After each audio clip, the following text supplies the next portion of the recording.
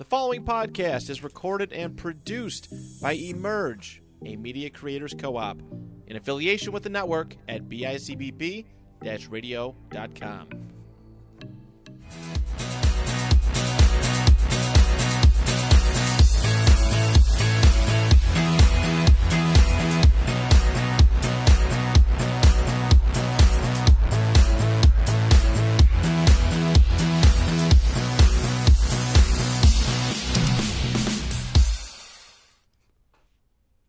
Hello and welcome back to the Next of Kin podcast. I'm your host, Rich, joined by my son, Christian. How you doing? What's up? I like your new haircut. It's my haircut every time. I know, but it's a haircut. You got the haircut, so it's good. You know. Right. So well done. So well done. Well done. I cut it myself. Well, you didn't. Yeah, I mean that would in the mirror. Ooh, that would be kind of interesting. Well done. Well done. It's a nice. Well, you got a haircut, so it's okay. So I got new eyes. You've said this before. You said this last time. I got new eyes, but no. I'm telling a story about the fact of the new eyes that apparently they don't work because I went to the gym and then left my phone at the gym. No. So I don't know if it's eyes or senility. That's your brain. It's a little bit of both. That's like that's your eyes. So now I got to finish this and run down there, get my phone, and then we have to cut today's episode short anyways because we have to watch the soccer. I gotta go watch soccer. Watch the football. Manchester City, Champions League. Yep. Okay, so we're going to we kind of talked about it. We're going to kind of try to accelerate ourselves through some of these shows and shorten our episodes down a little bit. So we're going to jump right in today. And actually, we're going to bring back news next week. But this week we're going to kind of, we want to kind of get into some things. There's a bunch of stuff that we wanted to talk about. We're kind of getting into a bunch of things that are wrapping up their seasons. And so let's figure. Yeah, there's a lot of shows that we're into that are like full on, like coming out at the moment. Like right. Being released, like so we're gonna be covering more than usual. Yeah, we're gonna be covering talk a little bit about Werewolf at Night. We're gonna talk a little bit about She-Hulk, Rick and Morty, and or House of Dragon and Rings of Power. So we've got to power through these. Rings of Power through these. 10 each. But we're gonna start with something that not everybody cares about, but I have to talk about it because it's something I'm passionate about, and you actually like the show somewhat. They dropped a new Picard? I like season 2 more than I like season 1.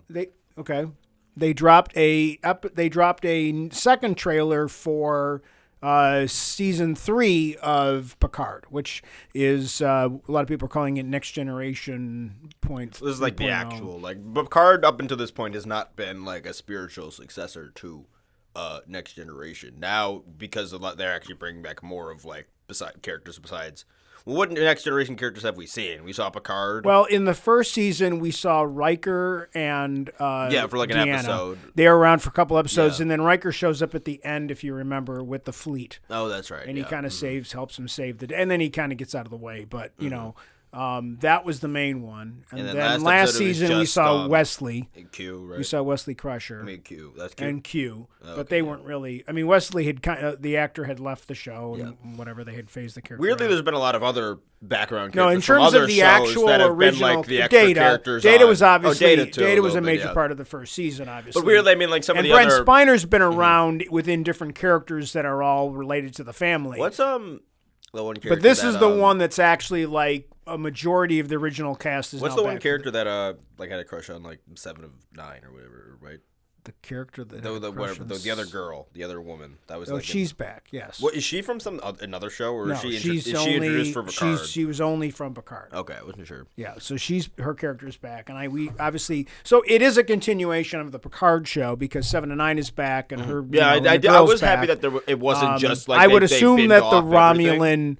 Assuming that the Romulan will be back, and I'm assuming that his Romulan girlfriend, will be back because he kind of started his relationship with her at the end of season 2. Yeah, because I didn't want them to fully Let's be honest. So this season's going to be about his last mission with the Next Generation cast. So you've got Riker and Troy, and you got Wesley Crusher, and you've got Geordi, but more importantly for me, you've got Worf. Which I do appreciate for 2 seasons. They did try to do some unique stuff. I know like Picard is a bit of a mixed bag for a lot of Star Trek fans, but I do appreciate that before just automatically going to nostalgia and like bringing back everyone as like that as the original as like season 1. They saved it for the last season. I kind of actually like that. I didn't think of it that way, and I'm glad that you brought that up. Like they tried to stand on something more than just like I look at this as two characters. different things. I look at this as, like you said, they wanted to do a character study about Jean-Luc Picard, and they did that, and they brought back other kind of peripheral characters. The last couple of Guinan and things like that. And they really did. And it's funny thing about Picard. People either really, really like it or people really, really do not like it. And there doesn't seem to be a lot in the middle. Like it seems like people are very extreme that they only want to watch their VHSs of Next Generation from 1987 or they don't want any evolution. I would imagine that there's also a sub. Not too familiar with Star Trek like fandom. Is there like a community like because again now there's like they're just like every is there other a Star fandom. Wars type community where there's like no matter what the quality of content is, it just by the fact that it's produced by whatever company is producing it, because that is a phenomenon. No matter what it is, they're mad. Because like for instance, like the last 3 Star Wars things, Boba, Obi-Wan, and Andor, significant amounts of quality between all 3 of like fluctuation and like very different shows in and of itself, but yet people sometimes will react to them all like as the same thing. Well, I mean, it's funny because when I'm not a huge fan of Discovery, but I've liked the other Star Trek. I like the Captain Pike show. I'm not a big fan of the animated one of the Prodigy, but I do think that Lower Decks knows what it is, and I find it amusing.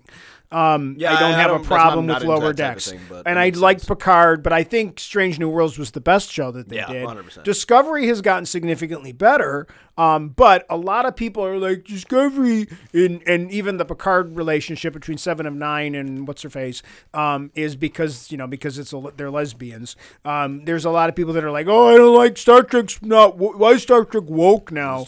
And I'm like, woke. Star Trek was always kind of about pushing boundaries of anything, social anything, like whether it's for whatever reason, one of the best episodes of Next Generation, one of the most controversial episodes is the one where Riker falls in love with an androgynous being, a race that has no sex, and it was obviously an analogy for homosexuality and that society, how those characters were. It is one of the best episodes. They were always, Star Trek's always been about pushing sci-fi in the general. moral tale. Star Trek's the moral play. Sci-fi in general has a lot of like these. I think sci-fi, like especially like something like Star Trek, right? And even in the backgrounds of other things, is often sending like rather progressive, like futuristic, like globalist messages. Like just the nature of sci-fi of like kind of where like the end goal of it goes. And maybe not the dystopian. But what I'll say is, being a bigger fan of the older sci-fi as you, that didn't start until Star Trek did it. Yeah. Before that starts, sci-fi was always about, scary aliens that want to destroy the Earth or kill us. Star Trek was the first thing that actually did aliens weren't all bad. I mean, you could go back to the day the Earth stood still and stuff like that. But in general, most sci-fi before that was about alien invasions and monsters from outer space. I talk about this concept with Doctor Who, obviously, because Doctor Who was not seen in America. In England, Doctor Who was very much a lot of that too. Like they tried to do some social consciousness with Doctor Who, but most of Doctor Who was also just scary aliens and robots. Well, I understand like the modernness of like the anti-woke, or whatever that means in today's I'm just using a term. I don't want No, but I mean like in general, like for media today, like that's obviously a big talking point. I think it's a stupid talking point most of the time. And it just represents like something you don't agree with. And my thing is, if you don't like the show, just don't watch it. Like you don't need. But I'm saying like they're just constantly bashing it, and I don't even. But I'm saying like for even for like something like Star Trek, which is a lot less on the nose. No, not Star. Did I say Star Trek or Star Wars? I'm talking about Star Wars, but something about like Star Wars, which has like very clearly defined, and if you like listen to interviews with Lucas and do like a little bit of research on like what the inspiration behind Star Wars is, like it's very clear, like messaging about like anti-authoritarian and like what the enemy, like the villains, like the Empire in particular, are designed after. Well, even if you look at the way and the type of oppression they the way give accents are used and the way kind of like exactly like there's all sorts of very subtle. I don't think they thought about it in the 1970s, but I think as things kind of went on, they realized let's just make the Empire a bunch of white guys. Like I think they kind of did that British, kind of on like, purpose, like to some extent. Imperialist, like imperialism and that English accent. And yet today, like and it's pretty clear, like if you have like any sort of context for like wider history and like also just like inspiration, and yet there's like a very large like majority of people that But let's get to discount that entirely. Let's with Star get Wars. to the part. But I think it's even more ridiculous than like even for something like Star Wars that could be a thing, but something like on not even I wouldn't even say Star Trek's on the nose, but it's more overtly. Star Trek found a way to do it. Sometimes it was right on the nose, and other times it was overt. And it was funny about the overt stuff is people don't realize that it was overt. Yeah, they still don't realize that was what he was trying to tell you. Yeah. Like and they're still like, I can't believe that they did that. Why is everything got to be about a woman? I just think it's weird. I'm just saying it's weird that the fundamentals, fundamental concepts. It's what Star Trek is. No, that's what I'm saying. It's weird that the fundamental concepts of, like, so much sci-fi, like, there's still these people that are too stupid to, like, literally understand, like, the thing that they claim to be such a massive fan of, yet they don't even understand the building blocks. There's also, I don't want to throw every single Star Trek fan that hates Picard into that pile. And no, I'm not saying it's everyone. Well, I'm more onto this than you, so let me talk about it. Like, I think there are some people that just are purists. And they just don't really want, and I think there's some Star Wars fans the same way. They don't really want modern, they don't really want new versions of things. They just really want to see the same people doing things. And I don't have a problem with that. I can understand that. That doesn't really bother me because I kind of like that too. I do. That's why part of why I like Picard. That's a viable viewpoint to have. Kind of why I like Picard is because the fact that I'm getting to see some of my favorite characters watching those characters come back. And specifically as we get into the trailer now, I want to talk about why I think this is going to be really cool. The second reason, the other thing I want to say about why I think they're doing this is, let's be honest, Patrick Stewart is not a young man. No. He's going to retire from acting relatively soon in my mind. I don't think he's going to continue acting. He's going to get old. He's already old. He's already in his 80s, whatever he is. And I feel like, I think he kind of said to them, listen, I want one last ride with my friends. And I will tell you one thing about the Next Generation cast. They're friends. Yeah, you can talk about the Friends cast was friends off screen. And some of them still hang out. The Next Generation cast, they're friends. Like, they were in each other's weddings and stuff. Like, Geordi's best man was Brent Spiner or some variation of that. Like, these guys are close. There's all kinds of stuff of them. Like, and I think that's why John Delancey was back, is because he's close with them. They're all very close. Part of it is because they did the show for 7 years. They did movies. They also go to all these conventions every year. Yeah, they see each other. But a lot of them are just, they remain, it was such a good period of their lives. And I think Patrick Stewart said, I'll do a third season, but I want the rest of my friends back. Yeah. So let's get into the trailer, because I imagine that this was trailer is it. We're not going to see most of these characters ever again. I do have my theory about one character, but I do think, and they may be doing something that I've talked about, I think they're alluding to something they're going to do, and I'll get to it as we get through the trailer. So obviously, this is everybody's back. I already mentioned who's back. There was a lot of concern with Worf. What was his Klingon makeup going to be? Worf. You know, he just looks like old Worf. He looks like old Worf. They went back and recreated the Michael Westmore design of Worf, aged him up a little bit. Mm-hmm. Some people feel like he's aged up too much because Klingons don't age so fast. Whatever, who cares? I didn't think he looked that old at all. He's a little gray. I guess. But I know people in their 40s that are gray. His color looked different. They changed his coloring, and I think a lot of that's just to ask, you know what that coloring has to do with? He looked more like his natural color. I think they were able to update the coloring, and a lot of it is, too, you got to remember, the show was shot in analog in 4:3 ratio in not HD, 720. Yeah. This show is shot in 4K. He's African-American, right? Yes, he's an African-American actor, so I think they went with some more of... he looked more like his natural skin tone. His own coloring changes the makeup developed over the years. Anyways, if you go back and look at the way, because like his makeup back in the, he's like, it looks like he's if you black, flip but it doesn't on, necessarily look like it's his natural tone. If that makes sense. If you look on I think it is. If you look on Next Generation and you look at the early seasons in the late 80s of Next Generation, and then you look at 10 years later when he's on Deep Space Nine. First of all, Deep Space Nine is a darker show, literally. Like, they lit the sets darkly. So his makeup was darker. They made him much tougher.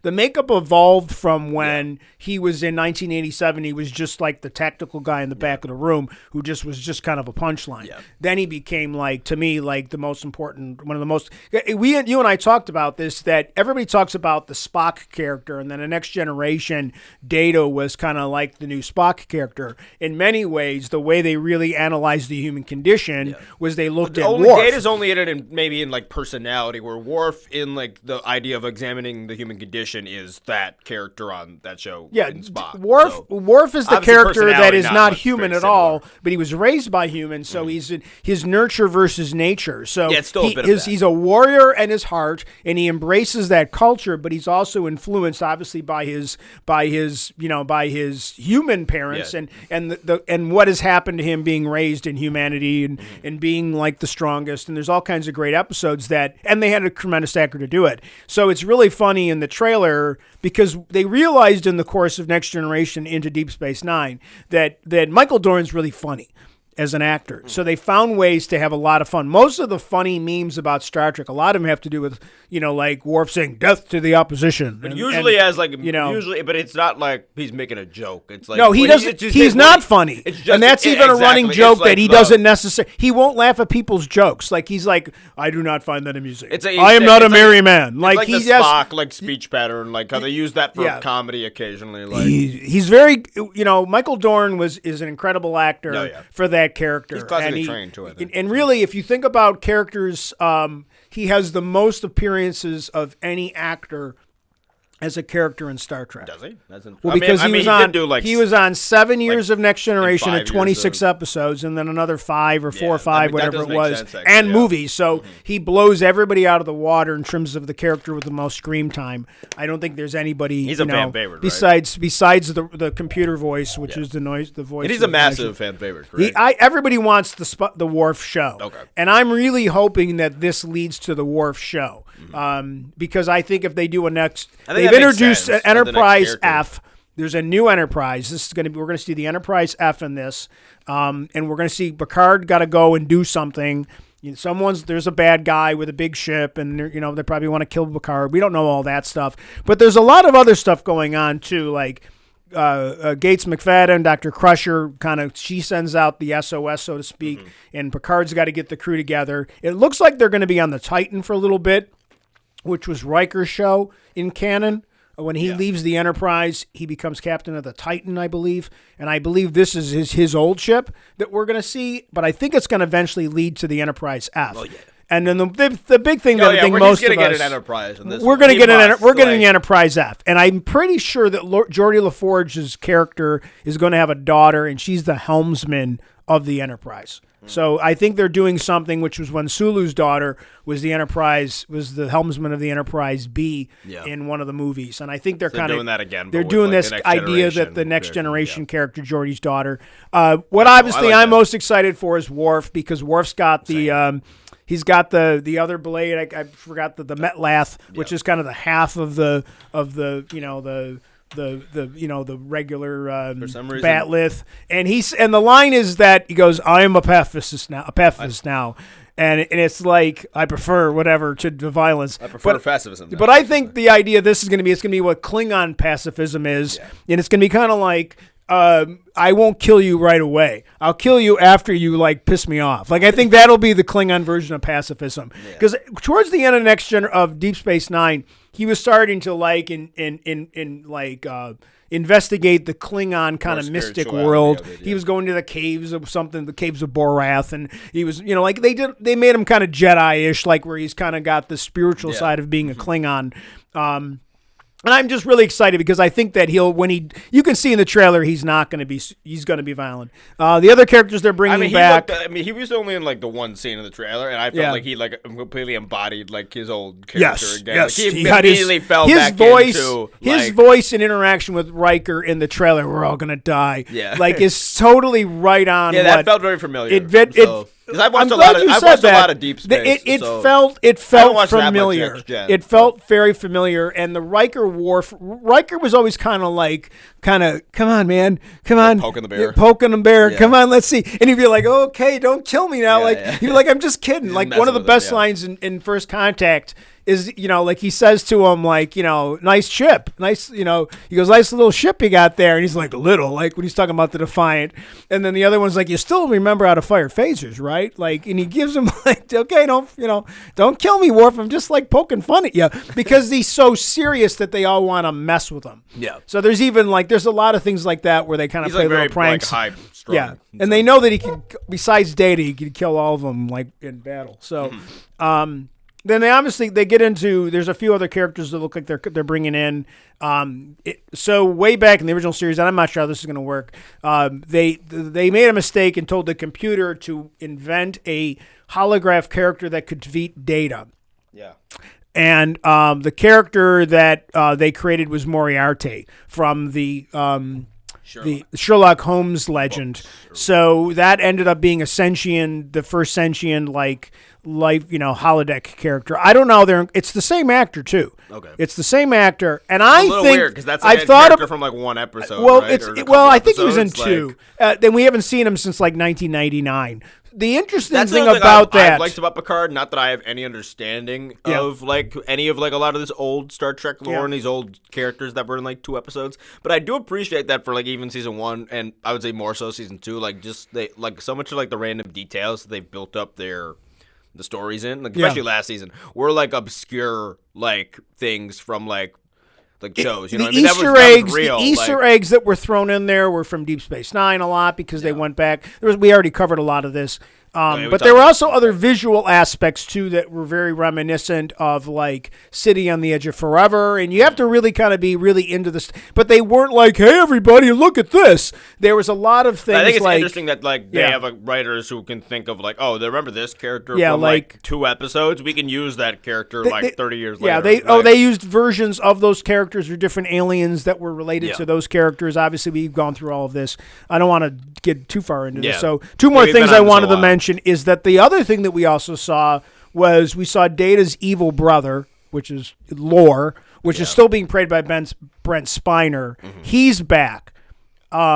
So theoretically, in my mind, one of the reasons why they bring Moriarty back is to handle Lore. I mean, I don't know what else. I don't understand why we need Moriarty back. I'm sure it'll be fine. It might just be a one-off episode for all we know. It might be in like one of them. It could be like, I don't understand how the Moriarty character's even alive because the Enterprise crashed in one of the movies. And did they pull the holograph stuff out and and save it somewhere? They took his SD card out. Yeah, like they pulled out the SD card and they put it in, Picard had it in his desk somewhere. Yeah. He's giving it in the oh, well, who's this? Oh shit. I brought back this character that wanted to kill us all. So I'm excited for Picard. We went probably one longer than I wanted to do, but when is that out? Next year? In the winter 2023. All right. I'm just glad to see Worf back, and I'm hoping it leads to the Worf TV show. They won't call it Captain Worf. Also, they'll Picard's just call one of it the only shows that came out that's like come out in the last couple of years like consistently. Like they're the only one that's got a schedule. Picard has a schedule. Like no, I feel like no TV show has like a schedule anymore. Like it used to be like all right, it's fall. That means October. My show is coming back. And that I'm wondering if we're gonna get. I think we'll get the Data child back. She wasn't very much in the last one. We only saw her like one episode because they wanted to she didn't really fit into the plot. No, it wouldn't make sense because Data didn't really exist in that concept. So I think the idea of that could be another thing. Really Starfleet that could be another thing with Lore too. Yeah. Like, that you still got the cybernetic. And this seems to be like a even bigger stakes, maybe. This seems to be like there's a lot of revenge. There is a revenge plot with this. The bad guy looks pretty good. Actually, I wouldn't say the bad guy woman the last looks couple like seasons have been pretty big stakes as well. Yeah. But I would say there's more. This one's a more personal stakes, I would say. Even though there was. But I think it'll be more reaching than just they want to kill Picard. That's what I mean, but that means they can bring in like all the other let's move on, non-Starfleet. I think a lot of people don't like Star Trek. Yeah, we were going on. But we like Star Trek, and obviously it's still my original favorite. So, also on our list, we watched one of the better things that come out from Marvel recently, which was Werewolf at Night. It was one of the best things to come out of Marvel. I would say this is like. It's only like 50-something minutes. Yeah, it was a special. It's pretty short. It was a special. It's not a show. I didn't really know what to It's not expect. 6 episodes. It's an hour and whatever. And I don't think either of us. I don't think most people went in like knowing what to I had no really expectations. expect. I didn't have too many. I thought the trailer looked interesting, and I was happy that it was something a bit more. That seemed a bit more off the beaten path, a bit more like creatively. Yeah.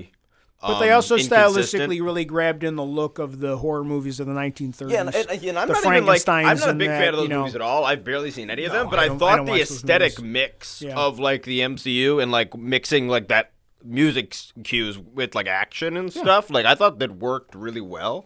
It was a lot of fun. I thought the lore was very interesting, especially because like we've been slowly exploring this part of the MCU more, and I thought this is, Even like, the prologue talks about that. About the darker side, which we know we're getting more darker even, like, stuff because we've got Moon Knight, we've got other characters that are part Spoilers, of by it. the Blade way, coming. just in case. So there's. And I think this is we're gonna have a lot and I of think spoilers in particular this is episode. a really good precursor to Blade. Yeah. I I don't need to review. I don't want to talk too much about what happens on the show. But real quick, there's there's 5 like monster like hunters. They introduce like monster hunters basically in this, and that's like a concept. And they have like kills and stuff, and like they kind of track how many monster kills they have. And the they master have like seasons one, and stuff. yeah. So it's like almost like there's like a certain time of year that all the hunters go out to like. I don't think I even caught that. Yeah, so like it's very because the one guy said like it's my 30th season. So it's and then obviously like they were in the big like trophy room and we had all sorts of like like Which Easter was egg, very reminiscent Easter egg of, references like- to all sorts of like the heads of like monster. Yeah, characters and that was from the very comics. reminiscent of all the So- old horror movies Oh, yeah, when of you course. see like that type of stuff in there. But yeah, Michael Giacchino directed this, who's a really well-known composer, who's. Yeah, he hasn't done too much directing. He has a lot of he's worked with Marvel a lot. Yeah. Like he did all 3 Spider-Man movies. Well, he's done a lot couple of the other- Star Trek I think even movies the and- Marvel fanfare is him. Yeah, is I'm pretty Giacchino. sure. And It is. he I did- think I looked that up yeah. at one time. I He believe you're composed the new special presentation. right. Which is very cool because it's a throwback to the inspired by old. the- it's inspired by all those old specials like the CBS, CBS. weekly movie, and then they The all bongos have are in there the that same, with the like, as the old multicolor ones, thing. yeah. Like, ooh, look at us with our multicolored graphics. And I think we're going to You get a know. lot more of these special presentations. Well, we know that the now, Christmas special so, is going to have yeah. the same opening in my mind. It'll be And like there's some talk. it'll there's be that like a couple same of the look. characters that we had heard that were coming forward. So like like Wonder Man is a character that's coming out like I think like in a few years. And there was talk that was going to be a Disney Plus series, but now they're thinking like, oh, maybe we'll do a like a special instead. And I think that could be an interesting solution to get rid of like the little bit of problem that it is a bit oversaturated for the MCU at the moment. Like there is a lot of stuff. Right. And sometimes like the 6 episodes, like there's not even a full 6 episodes worth of stuff to do, if that makes sense. So maybe occasionally instead of like doing 6 episodes, this weird. Well, it's an you interesting. can just put out a special for a think character about that like the way is a precursor to think like a of the movie way or television was something. done in the old days. Like television was done where they gave you a pilot, and you had to hook us into the pilot. Yeah. And if you liked the show or the characters, the show got picked up. Like there's a thing now where Marvel tells you, okay, you're going to watch She-Hulk, and you're going to like it because we've already ordered season 2. And it's kind of a weird thing that they're just assuming, and there's a conceit in my mind that, well, you know what? Maybe you better start thinking about that because if and I know like there's a lot of people that like She-Hulk. I mean, it's not their, but now we're getting to that thing. Well, not everybody liked it. more people are Not watching it. everybody liked it. Not everybody liked it. Like with all to be these fair, different like things. more people, from what I've seen, I'm pretty sure more people are watching She-Hulk than watch like Miss Marvel, and Miss Marvel's way better than She-Hulk. Miss Marvel was significantly. So, and like- again, I don't dislike She-Hulk, but I Again, feel like every time we have everything these could type be. of talks about like people are into it, people are not. It's totally subjective, and like it doesn't like it's from your own point of view. Everything and I is don't by think, for a different demographic. and also, at this as point. much as like everyone in the media is talking about this fatigue and like the fact that Miss Marvel got slightly less viewership, like I don't think Marvel cares at all. Like I don't think Marvel's like reacting. I think the only thing Marvel's reacting to at the moment is like the slight amount of underwhelmment with the whole. overwhelming, yeah. No, I know. I I know think what you mean. Like it's not. I think this phase to a lot of fans was slightly underwhelming, but even then, like I don't think it was any worse than like phase 1 was. Like if you look like movie for movie, you know what I mean? Well, we've gotten like, to the point, and we've talked about this many times. I think that's why I want to get stuck on it. Is that everybody's like slowdown. everything has to be Endgame, And it was a slowdown. That's what or I'm everything saying, has to like- be like the first Avengers, where it's the biggest event in the world. Yeah. and that's just you can't do that. Like we're also like we're I think Black Panther is basically like this next Black Panther film looks Well, massive. Black Panther will take so like care of that that already for kind of people. fits We like already back cut- into yeah. the big like idea, and I think we're like with Ant-Man, we're gonna get right back into like the the more connected, the so- more interconnectedness So of things. let's keep restart going again. on our topic list, or we're never going to. Oh, real quick, let's talk about these the characters in this real quick. Well, the only thing I'm going to say about this is that I liked about Werewolf at Night was that I liked the fact that it was very practical. Yeah, I love There's the black not and a lot white. of CGI, except where there has to be. Yeah. And I used don't want to really talk well about. when it I don't is. want to do too much. I don't want that to me is too big of a spoiler. I don't want to No, I talk wanna about talk the about CGI. that character. We can talk about it a little bit, but I don't want I to. was talking about it a little bit. I just want to talk about how that character is. First off, Don't get attached Gael- to too many of these characters. I'll tell you that though. No, I think we will see these characters again because I think they're going to end up being some of the more in the limited time they've had. They're Yeah. going to be some of the more But a lot popular. of them aren't a lot of them dead. What do you mean? A lot of the other hunters aren't they? Well, I mean, those are side characters. I mean, like Yeah, I mean okay. the 3 surviving characters. Okay. Like Of course that. Like those 3 surviving characters are good. Like those are 3 of the better characters that we've had introduced in this phase, in my opinion. so, yeah. Gael Garcia Bernal does a great job as the main character. The main character who's supposed to be Jack. the Jack the hunter. And he's like really like and he has yeah. over 100 kills and like he's obviously the werewolf character. He's gonna turn out to be spoilers. Yeah, spoilers. That spoilers. he's the werewolf. And they kind of knew that. I think they kind of knew that, right? No, Or they didn't know. They didn't that at know all. they did. They just thought he was There's a the hunter. bloodstone. But, The bloodstone, which is the only thing that's in color. yeah, I did like that in touch in until the end in at show. least. Until the end, then it kind of bleeds out, which is kind of cool. Which I think this is modern. And then you have the Jessica Jones lookalike woman. That is Elsa Bloodstone, who's a big character in the comics, Monster Hunter in the comics. She She's looked like from a show- every time I looked at her, I thought that it was actress Jessica is Jones. from a show called The Nevers. I keep Right, seeing, and she's yeah. apparently really good in that. Yeah, And she she was, was and I really she was liked very her. good. I felt for a very and one thing I that really liked Elsa. Well, here's Like- the interesting thing. Like everybody talks about, well, the reason why they have to do a 6-episode thing is because they have to build up the characters. They didn't need. They to did a build, better job They of built this up. than- This story built up the characters with a relatively I had a new full film understanding director. of Jack and Elsa by the end of Within this. 5 like, minutes, 10 minutes, we understood who they were. Like Giacchino needs well to direct scripted and yeah. The music, oh my god, the score in this score is is like, very good. and of course, I don't think anyone had any doubt of that. It's Giacchino, Well, and he's yeah, and he's like, some of but them. also this, and it just feels like the way he approaches it, like He like John definitely Carpenter, approached like it's like a it. John He Carpenter type of he like. composed it. And if You can watch see the way he thing, films it, like he was Right. he had this exact like music in mind when he was like Yeah. when he Well, was, it's funny if you're a composer, you're gonna hear music throughout when you're storyboarding it, Yeah. and you're gonna imagine you probably already have the score done because he's a composer dude, so he's gonna do it first. If you're a set designer or you're gonna design your film much around like what it's visually gonna look like. If you're an action director, you're gonna think about the action sequences and how they work, and you're gonna work backwards from that. But I'm glad you brought up John Carpenter because John Carpenter's movie The Thing has a similar vibe where it's supposed to kind of feel like one of the older horror movies yeah. going back to the Frankenstein type things. And I think that they kind of did that with this very well as well. the last character Yeah. we haven't. The villain was good too. I think the Villain's villain was pretty very good. off-putting, Yep. and she was off for like a good and kind of felt like a very Yep. This felt like a comic. If that makes sense. This It felt had a very graphic this novel felt like feel a to it. one-off comic It where was a two graphic- it characters was very work graphic together. novel-y, Like, yeah. well, obviously in look, like I've seen graphic novels that have like almost like a black and white aesthetic, like this. But even like the idea of like just two characters that like Werewolf by Night or whatever and Elsa Bloodstone, like having some sort of like random team up. Like it had a very feel of like almost like a standalone comic where like your character you're following runs into another hero and does something. Like it's Well, that's we kind of had what it felt like. we had the Santa Claus looking dude.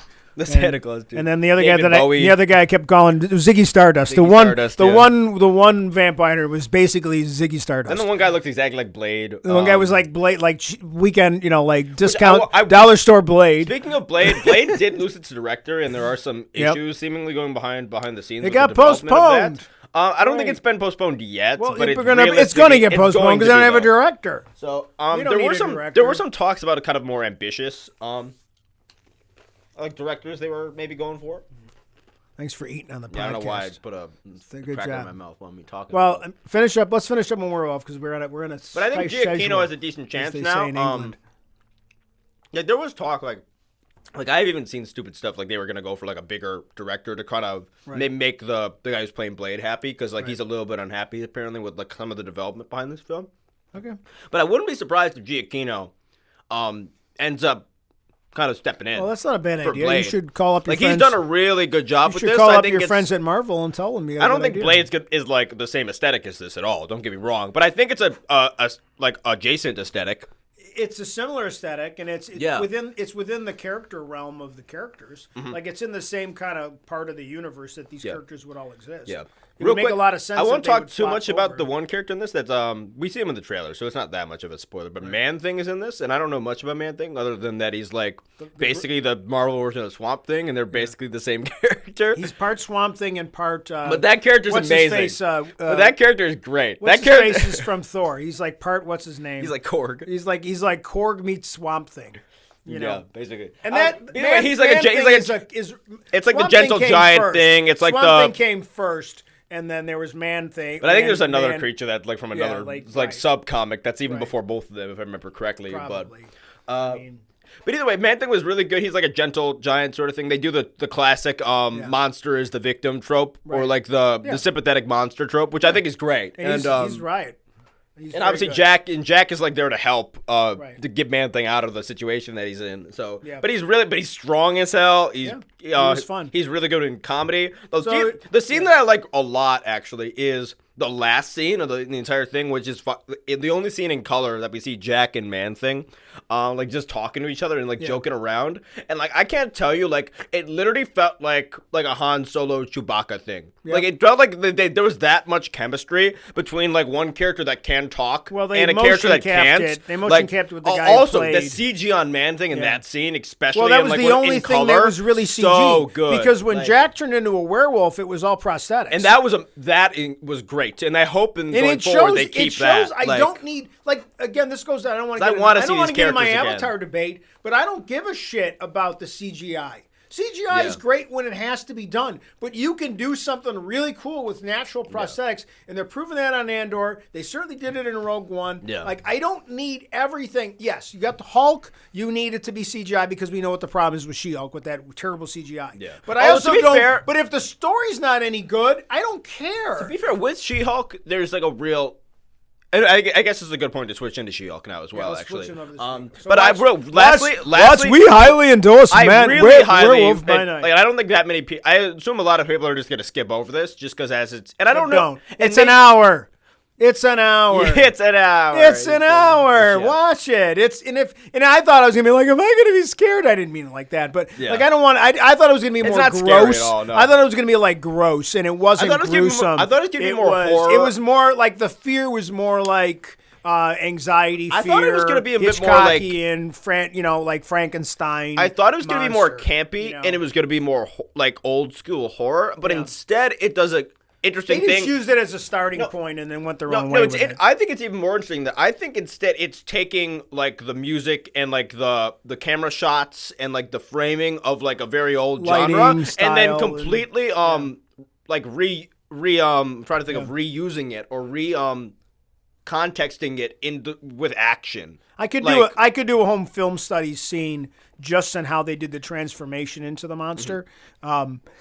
Beautiful They scene. there's a but it's so practical and it's all old school With the special shadow in the effects. back and, It's like, all that's old school all special the- effects using like Vaseline on the camera lens to make it look blurry Yeah. and parts that you don't want to be super seen and shadows and just close-ups of certain parts of the bodies and then just they never really needed to go over the top with it. And then a lot of the visuals are kind of like they didn't have to do shaky cam. They just went to kind of like quick cuts where you don't definitely. really see the monster the way a lot of it is just people flying off screen and stuff like that. Anyway, moving on to She-Hulk. She-Hulk. So, real obviously quick this about was She-Hulk's. She-Hulk No, real quick episode. about She-Hulk's model though, because we just talked about that Yeah. real quick. I think She-Hulk's model, like, I think it's more of the CGI isn't always good, and I think She-Hulk has been the biggest victim of the Marvel CGI crunch that we've seen, even more so than Miss Marvel, which 'cause had it's a some pretty human. bag stuff. It's a human. But Miss Marvel, but She-Hulk, like, I think they've almost were like set up for failure because I think the actual model, like the character they designed, is not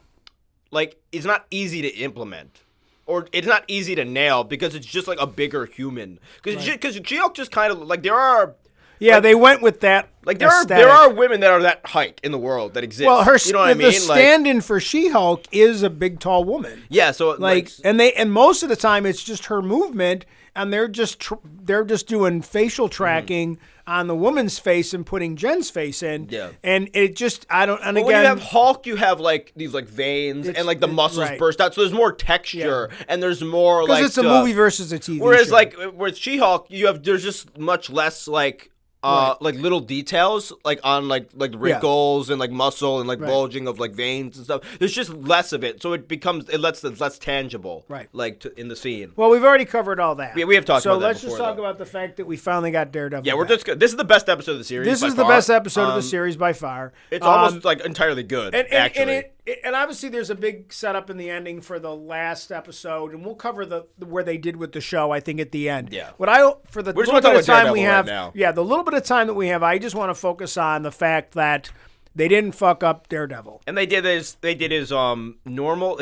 I would say the scene when they're both in the courtroom and they're sparring off, which I think we said he's a better lawyer. He's a better lawyer, but even that, and he's supposed to be. That was the best law scene in the show. Sure. In the way that they talk about law and they use it with the humor and like they work it into like also like feeling like it's part of the MCU. I mean, that was the best. I gotta start with the fact that like you knew who it was gonna be. Oh yeah, of course. There was no doubt in your mind that, and we said it weeks ago, that the way they would meet would be in the courtroom first. And then what I really liked is the fact that they did that ridiculously wide, high shot, dramatic shot with the doors opening, and then here comes Daredevil. Here comes Matt Murdock, and he just comes in and he's what I gotta say, like the way we mentioned, Michael Dorn playing Worf. I didn't feel like we lost anything with Daredevil. I felt that I thought that Cox came in. And he was Daredevil again from the second he walked on screen. He's slightly different, I will say. It's not the same. It's the same character, but it's not the same multiverse version of him, so to speak. But even then, I think the idea is like most of what happened to him in the Netflix show is still supposed to have happened to this character. But interestingly enough, for Daredevil here, I'd say like Charlie Cox's Daredevil is top 10 like adaptations of a video game character, like of all, like it's up there with like a Hugh Jackman video Wolverine game character. No, I mean not video, comic book character, like hero character. Oh, without a doubt. Like in my mind, it's in like the hand of like Heath Ledger Joker. That's a good episode. Robert Downey Jr. That's a good episode right Hugh there. Jackman, like he's up there, like Yeah. he's one of them in terms of like embodying a character so perfectly. If we were doing like a tier list on S tier list like we do on when we joined Zach Squared, Not to mention I would be putting him in as an S tier.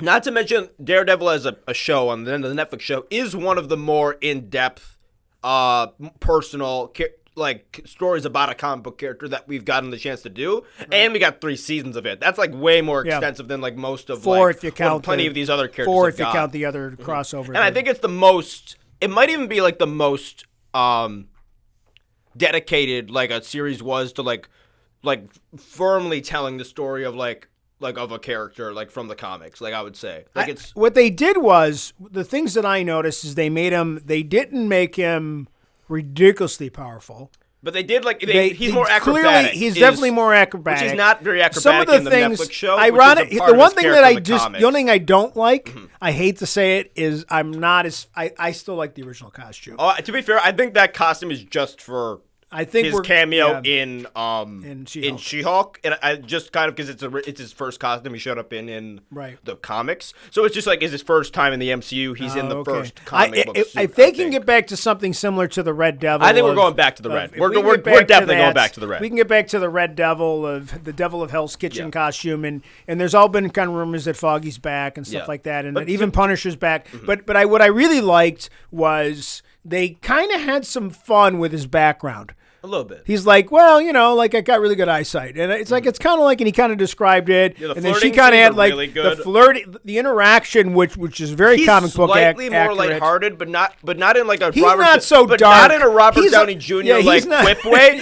Whereas like that's the way that Marvel often just makes a. There are like different. He's quirks. not dark like he is on the TV show. There are like different quirks to Marvel characters, but oftentimes the quirk just becomes the random snarky MCU like funny comment. Right. Whereas like that's not what he has. He has like a flirty kind of. He's got a charm, slightly His arrogant is charm. His His charm is like because even Daredevil's when she looks supposed at to the be camera, she's like, "You're feeling this too, right? Are you feeling this too?" The lawyer Daredevil. Yeah. What's Daredevil's real name? Matthew Murdock. Matthew Murdock is like supposed to be, and he is in the. And when he's dealing with women in the show, he's very comic book accurate. He's very charming, and they don't. And he's a bit more brooding and a bit more like sad, I would say, in Netflix. But in the MCU, I imagine we're going to shift a little bit less sad. He's going to be a little more bit powerful. Less brooding. He's going to be more powerful, but more charming, and he'll be richer. He's going to be because he's going to be more successful, significantly more charming. And he's definitely going to be a little bit more like the comic. Very flirty like the comic book character. Because like one of the most notable. Well, you kind of need that character. Realistically, one of the most notable things about Daredevil that's been joked about is Daredevil in the comics is a whore. Like Daredevil, and that's kind of what he is in this episode. Well, he does do the walk of shame, exactly. And it's funny because I said he's doing the walk of shame, and then 12 seconds later, the friend came in and she's like, "Oh, I saw somebody doing the walk of shame," and I'm like, "Yes, I know my terminology." Which again, there's a level of that's only the second ever. That was only the second ever like sex scene or whatever you want to call it in like the MCU. If you because after Eternals. Sure. But either way, I do appreciate that he was in like a more adult situation. Like that Daredevil's like first appearance was a slightly more adult situation, even if it was like on the romance side of things instead of like a hallway fight, that makes the guy bloody. Or so I do like the fact that he had the sticks have evolved a little bit. A little bit. He has the like a flip off the roof is really cool, and we went down the side of the building. Was awesome. That's the acrobatic. That's more. And again, and that's very Netflix much the tried to character. be more street level. So they didn't really try to. They tried to make everybody less. Unrealistic. They tried to as realistic as they could make a character that's supposed to have ridiculous stuff. So they're kind of getting back. Daredevil is basically Dark Knight, right? They're very similar in terms of like it's very much reality. And if you think about it, in Arrow, the Arrow show, whatever the stupid Archer show, whatever the one that Kingpin was on. They've also appropriately powered up Kingpin a little bit too. He's because if they're going to fight, then it makes a lot more sense that they've done it that way. Yeah. And I do like the fact I got very excited because they clearly it's a hallway scene. There was like a hallway scene. It wasn't as cool as one of the ones on the show, but they definitely set up the gag. We know the Netflix show too, guys. Not to mention, I'm not gonna lie, I think Charlie Cox I think he's gonna be like. Huge. I think he's gonna be I know they're starting him off on a Disney Plus show, but he's also he has the most. He has 16 episodes. They gave him a 16 episode Disney Plus show. So clearly, is he gonna be a big character? I think. I want him to be a big character. All right, so if you go and rank Marvel characters, he's one of the most published characters of all time. He's top 5. He's one of the 5 most published Marvel characters of all time, I think. And then the other thing is you've got a huge following already, so you don't have to establish the character. And let's be honest, the void that he fills, not from a leadership standpoint or anything, but actually, he's probably the biggest character that's not a Fantastic Four Avenger, Spider-Man, or an X-Men. He's probably who's not them. I don't know if he's going to be in the Avengers, but I don't think he will. But he definitely fills in a gap where Iron Man once was. Yeah, because he's kind of got he doesn't have the wealth that Iron Man has, but he has a lot of wealth, and he kind of has that cockiness and that there's a lot of things that Daredevil and Iron Man are kind of similar. He's going to be in the next Spider-Man movie. I think the next Spider-Man movie will have makes too much sense for him not to be because he's right there and he's literally down the street. Also, I think the next Spider-Man movie is going to be very street level, and I think it's going to be a bit more adult. Yeah. Because I think the next trilogy is adult Peter Parker. I think you might get Punisher in that. You're going to get, there's been talk about Punisher coming back a lot recently as well. Obviously there's other bad guys that we need to get back. But But I mean, I think that's all really. For, we'll cover the rest of She-Hulk when it ends next week when we get through the last episode. But Daredevil fans, nothing to worry about. Nothing to worry about there. Nothing to hate on it. If you want it to be exactly the same, if you just want to watch one episode of She-Hulk, watch that episode. Yeah, just watch that. Just watch that. You don't have to watch the rest of it. There's a couple things. I guess that the end whatever, of the episode you might need a little bit of context for. Well, we won't even talk about the end of the episode here. We'll talk about it after the final this week. We'll do a wrap-up on that. All right, moving on. Yep. What else? We're going to leave the MCU, and we're going to go over to another multiverse. We're going to go over the multiverse of Rick and Morty. Yeah, we'll do a quick one on this. Really good episode that came out on Sunday. I have to thank you once again. Like, the one thing I think we like the concept of next of kin, is that you do have this generational thing between a father and a son who are very partying years, but we find common ground on great things to watch. I think I've exposed you to some things. You've exposed me things. And the one thing I got to thank you for every day of the week is Rick and Morty. Because I don't think I ever would have watched Rick and Morty, and I just think it's genius. I love Rick and Morty. The people are cynicism. People are harder on the newer seasons than like the older ones, but I still enjoy it. Because you know what? This is another show that I don't think the fans get it. I don't think most fans... Well, there's also this meme where like you need to be intelligent and have high IQ to understand Rick and Morty. It's like a meme. Like you need to have a high IQ. There's a lot of people that just don't. They want gags. They want Rick and Morty, and there's a lot of sight gags in this last episode. The same, and they want every episode to be a season 2 episode. There's a lot of high concept humor and a lot of cynicism about society. And I've really enjoyed Rick this and Morty, which is it's angry at society a lot in this season, which I think is awesome. I would say this season is a real return to form. I would say like I like almost every season of Rick and Morty like pretty a lot basically, but I think this one is really like kind of back to the standard of maybe the first couple seasons, which I think are slightly better. The basic premise of this episode is that spoilers, by the way. if again, spoilers alert, because I'm not even getting into specifics, that if somebody came around to make society better, we wouldn't care as long as we still got our cell phone coverage. I think that's really what it comes down to. As long as we had more free time to, and we probably, most of us just wouldn't care. And it's really a commentary on society. Rick says it at one point. It's like I appreciate these guys. It's like they called your bluff on running the planet by like calling your bluff on wanting more free time. Like it's very cynical about society, and it's just great. And very cynical episode. Very Rick episode. I tweeted last night that about a comment about the football game that was on, but then the second part of my tweet was on that I think Rick Sanchez should host the Oscars. Yeah. I think if they want to save the Oscars after the abysmal performance last year of the Oscars, the only thing they can save it at this point is actually having Rick Sanchez. They accused Will Smith of slapping Chris Rock to be staged. They accused it to be scripted. They accused it. He accuses it on the show. Well, because it is really right out of like script for like it's literally out of a thing that's on the internet. I forget what movie TV show that it actually happened. There is a thing that happens in an actual movie TV show, and it's almost the exact same thing. Like it looks like it's ripped out of that thing. Like, when people say, they Simpsons and, predicted it, it's that close to what happens on the Oscars. And, like, to be honest, the Oscars, besides that, were so bad. Rick Sanchez is the only thing that could save the Oscars at this point. That's the only way I'm watching. Well said. And then the sight gags of The Rock. So ridiculous. Adam Driver. This episode Johnny Depp in the background. Over the place, by the way, yeah. This episode it's not even like current Johnny Depp. It's like old school Johnny Depp from like something in June, whatever. Yeah. Like it's like a weird everybody they drew was like totally out of out of place. This episode is like all over. Like Rick tries to like the presidents in this episode. There's like they go to multiple planets. Keith David or the guy's just where's my Molly? I didn't want the Molly this time. At one point they get like teleported away, but can we just tell either way, the dinosaurs come back to Earth and they're like sentient and like they said they left and one like of them voiced by technology Lisa Kudrow, evolved to like. And they're like at the UN or whatever, and they're like, well, our technology evolved to like be harmonious with like nature, obviously. Like, come on, guys. It's like, where's the rest of us? And then they zoom in on like the Middle Eastern guy, like the oil guy. like, where's the rest of us? And then it's like the gasoline. It's like the gasoline. Like, oops, sorry about that.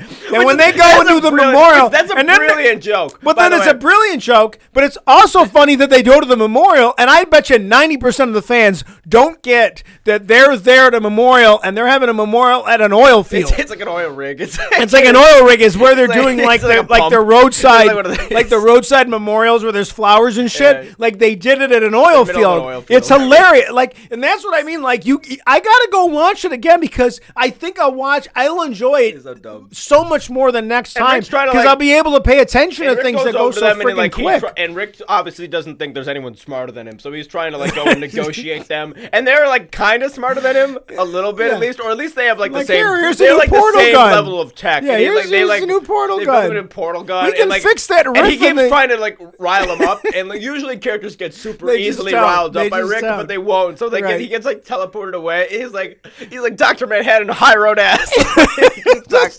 That may be the best line. Dr. Manhattan doesn't in like Watchmen doesn't fucking like engage with anyone. He doesn't care. Yeah, like it totally was that. Like he's the only one with powers. Like nobody cares. It's just so smart. That's what's great about it. Just so smart. Like they know like, all they know. Morty's like, so you're gonna fight them now? I wish I was. Like only people with a lot of skeletons in their class. I got a virtue signal this hard. Oh my god, it was so good. And it wasn't. Good. I mean, there's funnier episodes, but in terms of entertaining, it's incredibly. Yeah. And then of course they get the portal gun back by the end, and they're like, "Okay, Rick and Morty going on the crew, woohoo!" Yeah, they do that. They do the classic bit of Rick. It's a Rick and Morty, 100 years, Rick and Morty. We're going back to the thing. Then Rick and Morty time. You're gonna be jumping around, but even like, and he's doing like the and that's he gets mad when they fix the riff. Morty through like 4 portals and stuff, which is like basically in like the Portal video game, like you can put like a portal on the ceiling and a portal on the ground, and so he did that in like. Well, they do that in Marvel. Like remember when he keeps falling? I've been falling for where Loki's been falling. I've been falling for like a half an hour. Yeah, they even like he's like, well, you fixed my riff. Like that was canon. I think I screwed it up. I had a whole season, like a 3-episode arc or something. Or maybe a 3-episode arc. And I love the fact where he references the fact that he knows that he's on a show. Now, though, so there are another Rick and Morty's back. Of course, let's take a little break. We're off for I think a month or something. Season hiatus. Moving on. Which they did last season too, so I don't know what that's about, but we are at we're at 55 minutes. So what are we supposed to go talk about? Andor, House of Dragons, and Rings of Power. Let's just pick one. Do Andor really quickly, and then we can do House of the Dragon.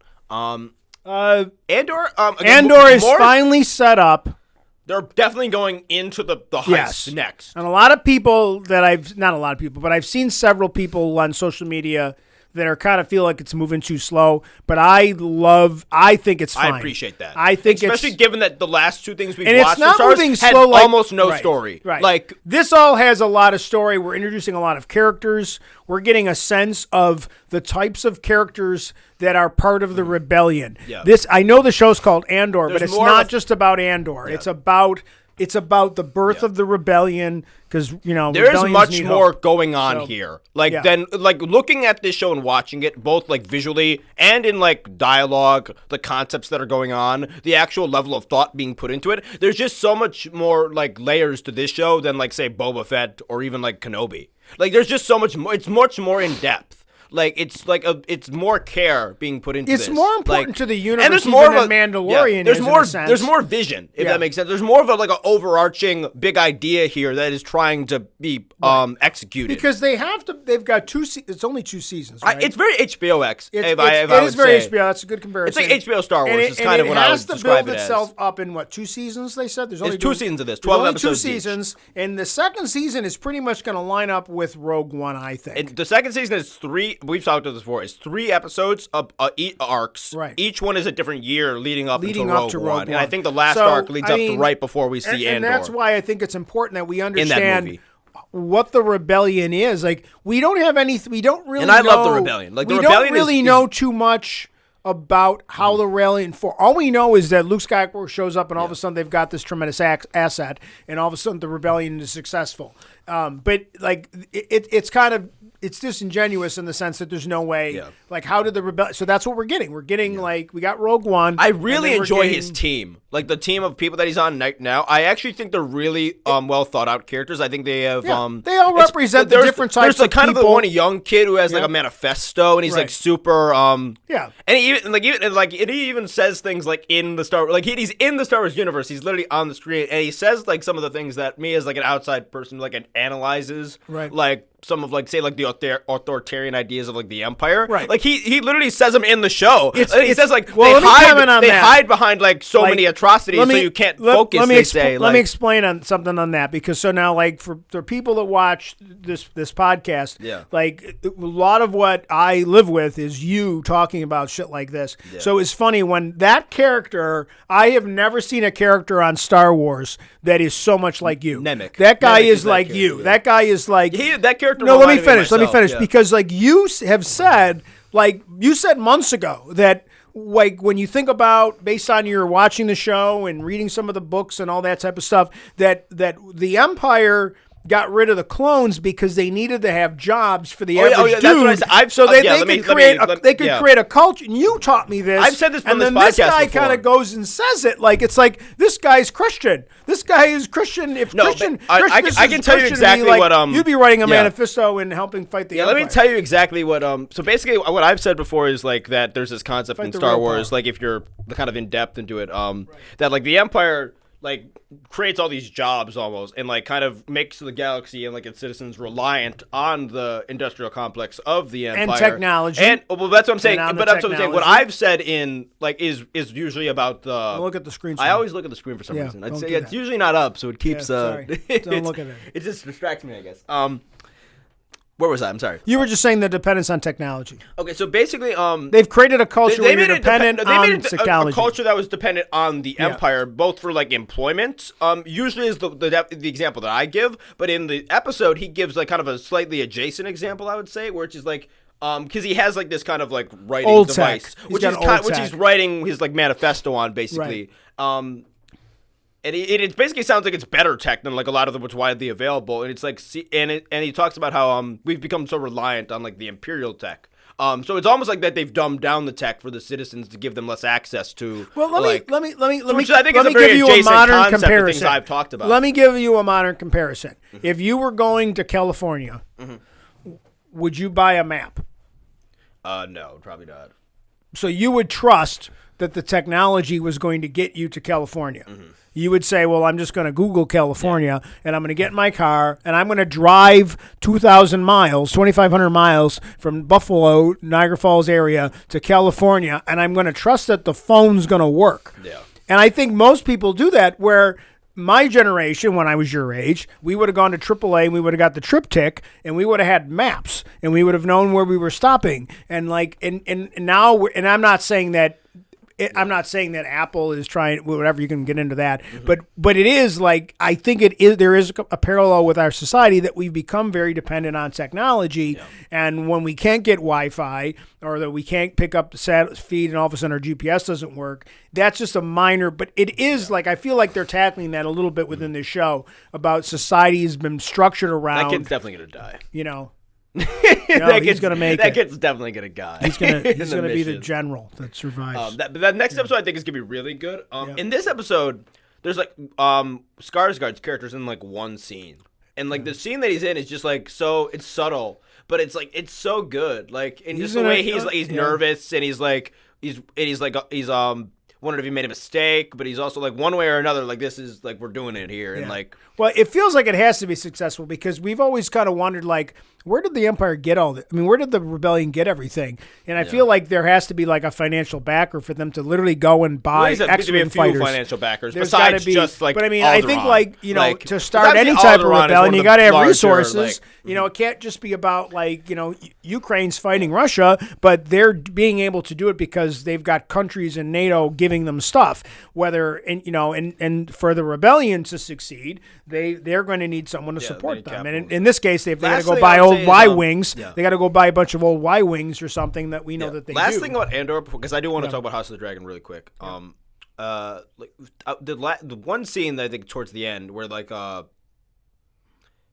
they're basically they find the kyber crystal that's around like Andor's neck. The one guy does. I forget the guy's name, but I like that character too because his mistrusting nature of him is good. And then we got his background is complex. too. And I think that the ideas of all these people, that one's an ideologue, one's like one's super trusting, one's not trusting. Like it's like there's a good it's a little bit of everything, But they're like they kind of people are there for a lot of different reasons. Everybody's there for a different reason. He presses him and he tries to get some answers from Andor because again he came out of nowhere to this whole mission. And but Andor literally like blurts out something they didn't even suspect, that he's getting paid. Right. And he like gets ahead of the issue. Right. And then like thinks that, and that's another thing. Instead of like, I think most writers would just have the first issue go and then have the conflict be that later on they find out that he's getting paid.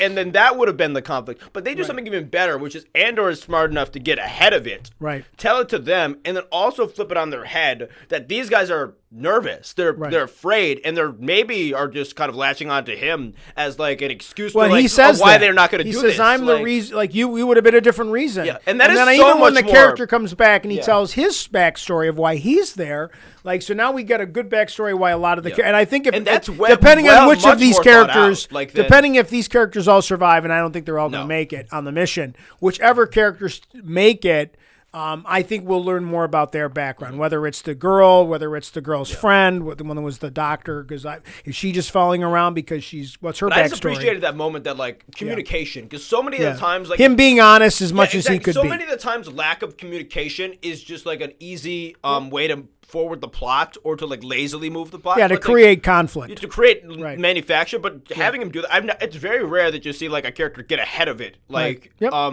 right, which is something that I think would happen more often in real life than just like not saying it. Like, all right, we got House of the Dragon. We have to talk about House of the Dragon, Lord of the Rings, whatever. We'll talk about it next week. When, Lord of the Rings. We'll get the to finals let's next just week finish as well. it. We'll wrap up Lord of the Rings and everything next week. Yeah, with the final. So it was a good episode, though. It is improving. Sorry about that. I hit the wrong button. I gotta say, like it never faces every episode is every time there's another time jump. I just think that they've had so many hurdles that they shouldn't be able to get over. If Paddy, what's the actor's name? Paddy Considine. Paddy Considine should win an Emmy for supporting actor for the portrayal on that last scene. Also, again, there's some CGI in this, which is incredible. Like reminds you of something you've seen in Dark Knight or Breaking Bad. But regardless of the CGI, the character and the storytelling of this episode is just amazing. It's something special. It's sad. It's so good. But it's also it's poignant and it's. And this is Viserys' episode. Yeah. This is like there's a lot going on in this. This is a big episode for like the conflict to come in the future. But this episode I think it's Paddy Considine's last episode. Oh yeah. It definitely is. But I would say like one thing like. It is, and obviously, like over the course of this season, it's just been every episode he gets worse and worse in terms of his health, and and he's had to do a different challenge each episode of portraying a person. Each episode who's slightly different, is more in pain. It is more like he's not considered. And he's not considered. We don't ever consider him to be like a strong leader. He's not a strong king. Good, I think we think until this episode. I think he's a good man. He's a flawed man. He's a good man. Mistakes. Yes. He's a good man who's been. He tried his best. I don't even think he tried his. He's analogous to a lot of times that people can't stand. People can't stand a president for several reasons. Yeah. But I feel like the story that gets told. He's like a Carter. Like Jimmy Carter. He's Jimmy Carter. I could argue he's George W. Bush. Like he's a president he's a king that you didn't necessarily like, but he didn't try to make things. He did try to keep peace. He tried to do two things, and he says it. He wants his family to be good, okay, but he also wants the realm to be okay. Yeah, keep and the he peace and he never was a battle. He was never battle hardened. He had to be a king in peace, which is very difficult, more difficult than you realize, I guess.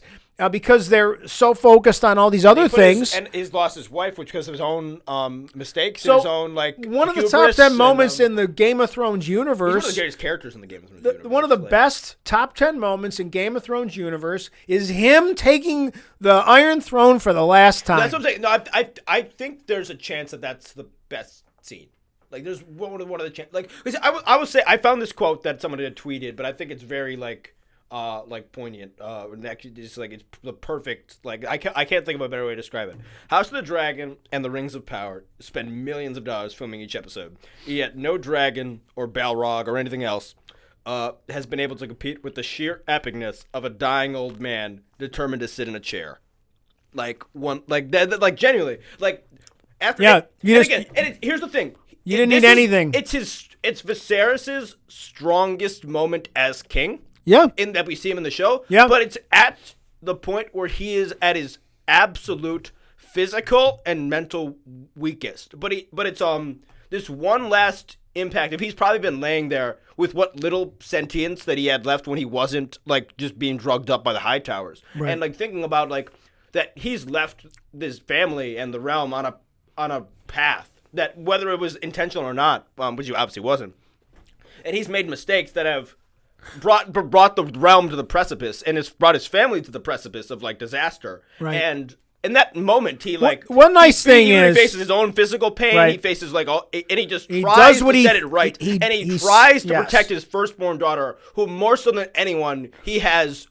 Like he killed her mother, like in his mind. He let her down. He says, and then he put her, naming her, like put her in the position he puts her in this danger. That and she caused asks all him. this tension. She asks him to save her, and he does. And like, she doesn't think he's going to do it. So the look on her face when he shows up, the look on everybody's face is just everybody deserves an acting award for this episode. But even and again, Matt Smith, like being the only one that can help him up those steps. That's unscripted. What? Apparently the helmet fell off unscripted and he picked it up unscripted. That's what I heard. We love Matt Smith. Matt Smith could read the phone book and we would think it was amazing, and he probably could. But I mean that Matt Smith moment that it's his own it's the brother's own apology too. He's like I should have been here by your side all along, and he wasn't. Yeah. And he knows it. And it's going to lead to a lot of things. Obviously there's so many other things that we could unpack in this episode.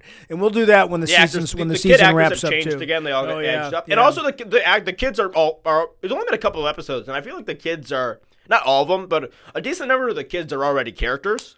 I think that the patched kid is not going to get changed as an actor. No, I think they're all. I think the age ups are done. I think the two Valerians, whatever they are.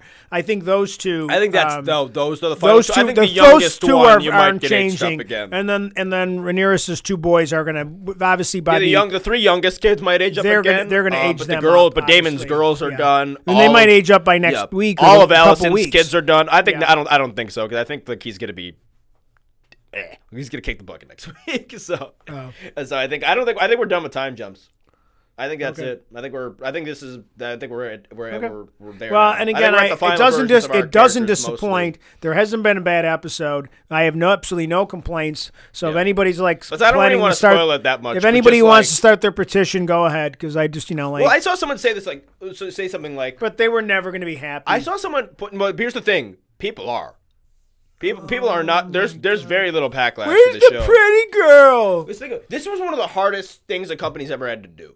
This was a company that had to not only return to Westeros with different creators and a whole different system and at a different time period and make it work, and then make it easy to understand, even though it's like 200 years in a foreign fake history like before. And then also you have to win back people that were so rightly or wrongly, and that's not even what we're talking about. It's rightly or wrongly disappointed and put off by the product they put out in the last couple seasons. And they've somehow done it, and they've exceeded expectations. And then there's still people that are ridiculous. Mad. And there's still people that are mad. And they're still mad. They're holding a grudge from a guy. The guys don't even work there anymore. Even then, I've seen. They're literally holding a grudge against people. Let me finish. They're holding a grudge against people that don't work there anymore. Yeah, those guys don't. They're not there. They're not. People don't understand what showrunners are. Those guys don't work there anymore. The people you're mad at are gone. Well, I understand that people don't understand. Just don't watch it and don't tweet about it. Then,